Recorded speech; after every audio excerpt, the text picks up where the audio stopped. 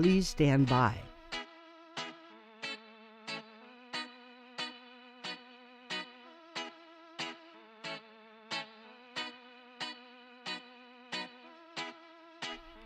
Ladies and gentlemen, the name of this show is The Spiritual Side of Cannabis.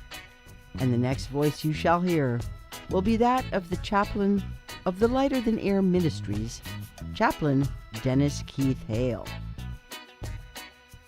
Now it looks like we're all set. Here we go. Ladies and gentlemen, you've read about him. You have heard all the rumors. So here now, direct from the studios of the Lighter Than Air Ministries in Cotati, California, stepping to the microphone, may I introduce to you the good chaplain, Chaplain Dennis Keith Hale.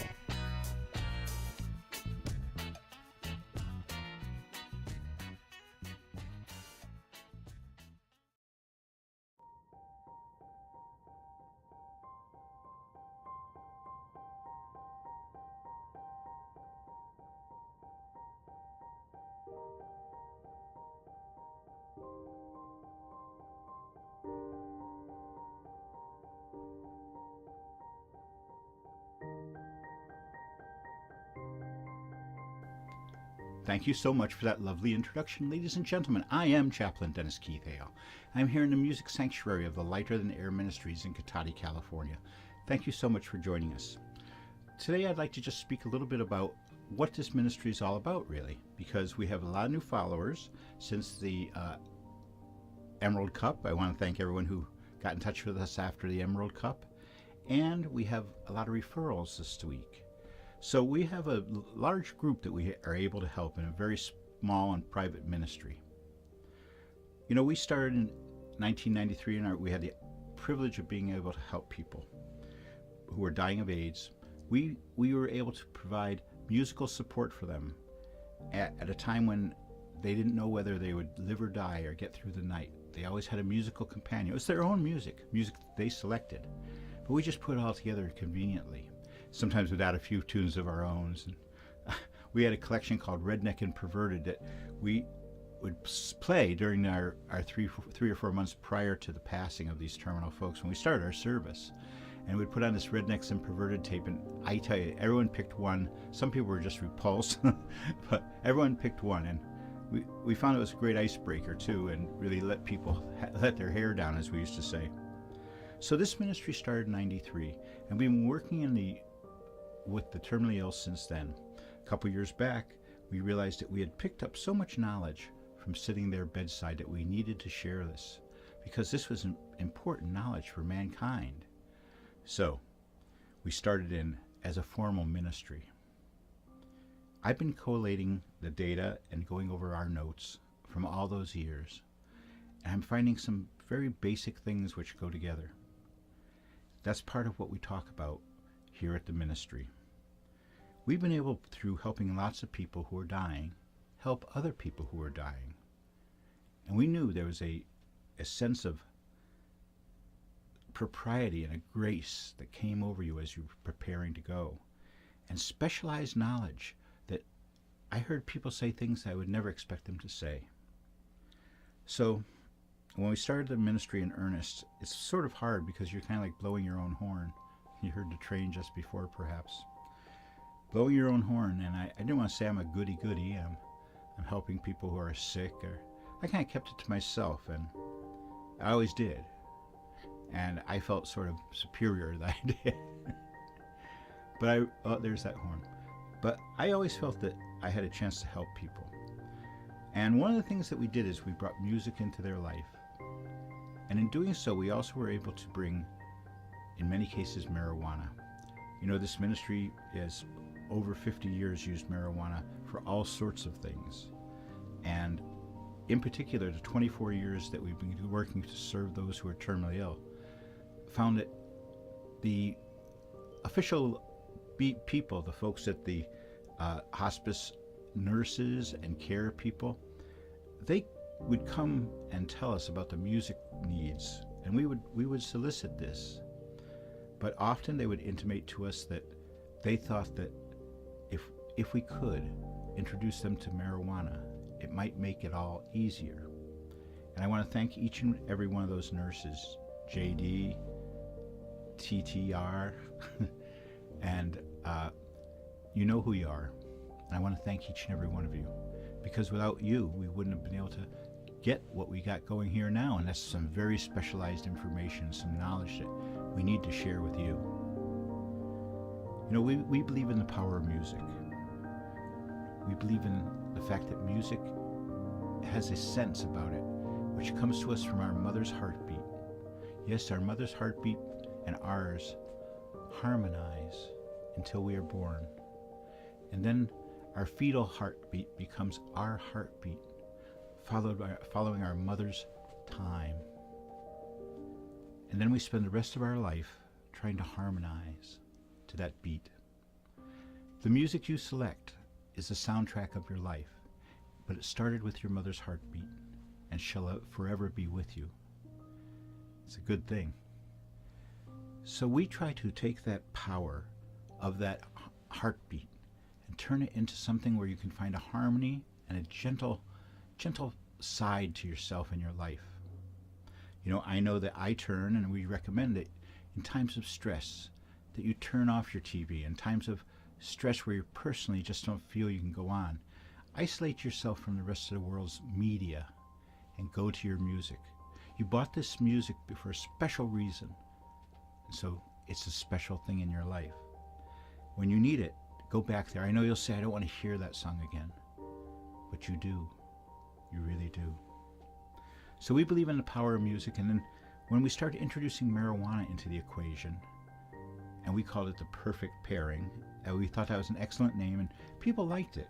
Here we're sort of in wine country here, we're in wine country here in Sonoma County, California, and they're always talking about pairings. I was just walking through the market this morning, and there were signs hanging on bottles, pairing with chicken, pairing with beef, pairing with pasta. I guess that was Chianti.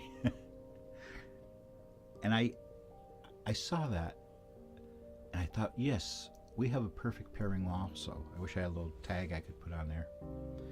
And our perfect pairing is marijuana and music. You know, we always feel you don't need to know about that. We do it naturally. Yes, we do. And you know, we use marijuana naturally.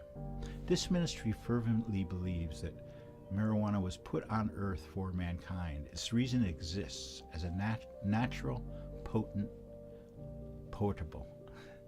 Something which is like an elixir or a tonic, that when we're out of balance, marijuana can help us to achieve that balance. It's so beautiful, so natural. And because we were so successful with the perfect pairing of marijuana and music for those in our hospice ministry, I'm talking about introducing people who were, at this time, 10 years ago, 90 years old, and introducing marijuana into their life. Back in 1998, I had a chance of introducing someone to marijuana and becoming their close friend for years until they passed away. So that got me really going on it, recollections like that, and my ability to say, I want to talk about something that I did that was good. So we started the ministry in earnest as a marijuana and music ministry, and we recommend that people use marijuana devotionally, in that you have the joy of it if you use it properly structured. So what we ask people to do is to prepare what we call a superset, and that's 53 minutes of the music you love the most. If you go a little bit over, that's fine, but don't go under. 53 minutes plus. And you put that music away with you in a place that you can go and get it whenever you need it. This is going to be something that's going to work for you. But first, I want you to experience marijuana and music together in a little bit of a structured form. So we say, get high for 7 minutes, just 7 minutes. You'll get high, or your mind will not need more at this point.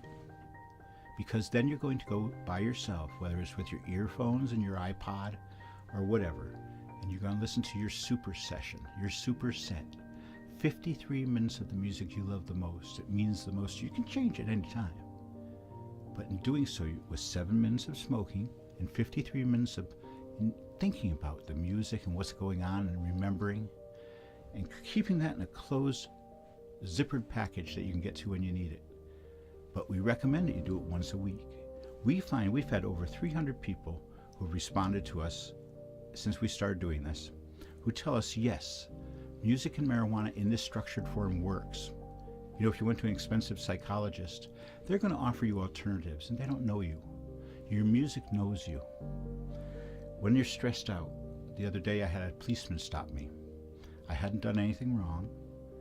I had no reason to, but I became very apprehensive. I have blood pressure issues. I felt my blood pressure going up sky high.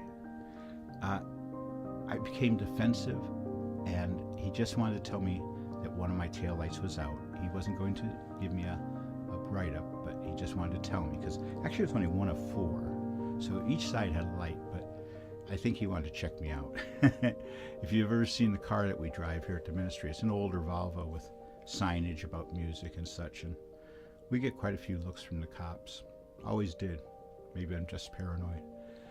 So once you get into this program, our 7-minute miracle, you're going to find that this is a period of great reflection for you, a great spirit for you, and very private. You won't want to share your 53-minute superset with anyone, because it's going to be a tool for you in your life. You know, we believe that the plant, the marijuana plant, has grown to serve man. We believe that music and marijuana together, to use it devotionally, you have to make a decision. And we think that anyone who makes a conscious decision to smoke marijuana for the very first time is making a spiritual decision. They want it to change them. They want it to change them in a devotional, free-form way.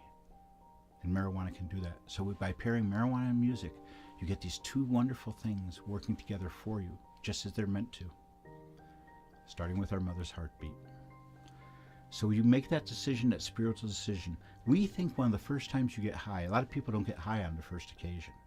If you listen to the music and prepare yourself, yes. Because most people have a lot of anticipation, a lot of things going on with them.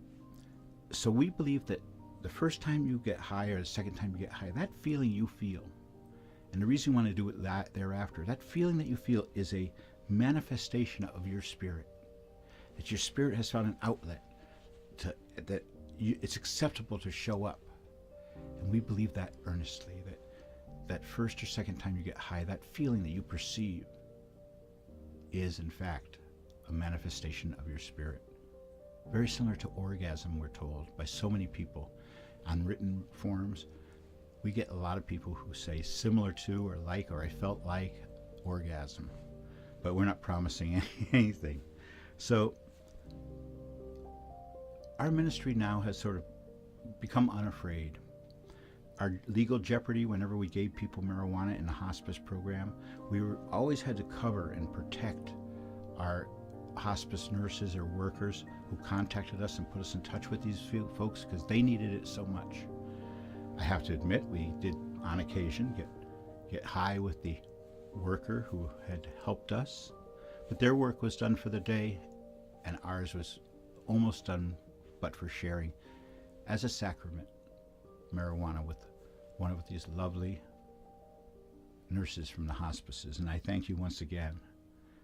I mean, I was in legal jeopardy many times, but you were in jeopardy of losing your job, and so thank you. So that's the show for today. I want to thank each and every one of you. We're putting on a special show. I hope you'll tune to it. If you know anyone from 17 to 36, please tune in to our little special about how the draft, it appears the Republicans are going to push through rather quickly conscription, selective service with a teeth in it to get everyone registered for the draft for their agenda. So please, if you have a chance, check out our special on this channel. I think it goes on tomorrow. Yes, tomorrow. So that's it for tonight. I know I went a little long, but I want to thank each and every one of you for all your holiday salutations. Thank you. For all the folks who did see me at the Emerald Cup, I want to thank you once again. It's nice to get your emails and hear a little bit more about your life. We're here for you. If you need help, contact us. I'm Chaplain Dennis Keith Hale, and we like to say around this ministry, I hope that as you go through life, that when you need it, you have mercy. And when it's time for you to go, I hope that you'll go with grace. Good night. Thank you very much. Good night now.